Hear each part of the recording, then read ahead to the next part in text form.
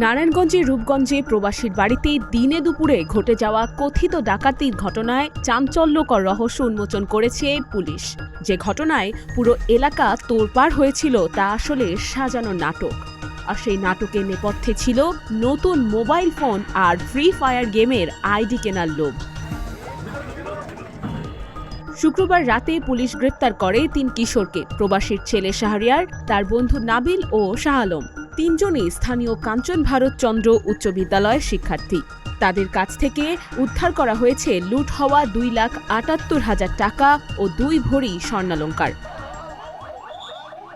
রূপগঞ্জ থানার ওসি তরিকুল ইসলাম জানান, গত 24 নভেম্বর প্রবাসী আব্দুর রশিদের বাড়িতে তার ছেলে শাহরিয়ারের হাত পা বেঁধে মারধর করে 10 লাখ টাকা ও 10 ভরি স্বর্ণ লুট করার অভিযোগে মামলা করা হয়। ঘটনাটি পুরো এলাকায় আতঙ্ক ছড়ায়।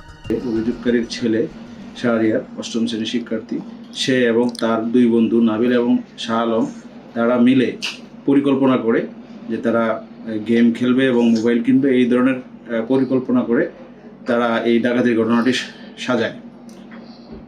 তারা এই যে ডাকাতির ঘটনাটি সাজায়, তারা ওই ছেলেটা শাহরিয়ার যে সে নিজেই নাটক তৈরি করে ঘরের ভিতরে তাকে জিম্মি করে তার ঘর থেকে 10 লাখ টাকা এবং 10 ভরি স্বর্ণ নিয়ে যায়। কিন্তু শুক্রবার বিষয়টি নাটকীয় মোড় নেয়। শাহ আলম হঠাৎ একটি নতুন মোবাইল কেনায় পরিবারের সন্দেহ তৈরি হয়। জিজ্ঞাসাবাদে ঘটনা ফাঁস হয়। পরে স্থানীয়রা তাদের ধরে ফেললে 3 জনই ডাকাতির নাটক সাজানোর কথা স্বীকার করে। পুলিশ জানায়, নতুন মোবাইল ও ফ্রি ফায়ার আইডি কেনার টাকার জন্যই 3 কিশোর নিজেরাই পরিকল্পনা করে এই ডাকাতি।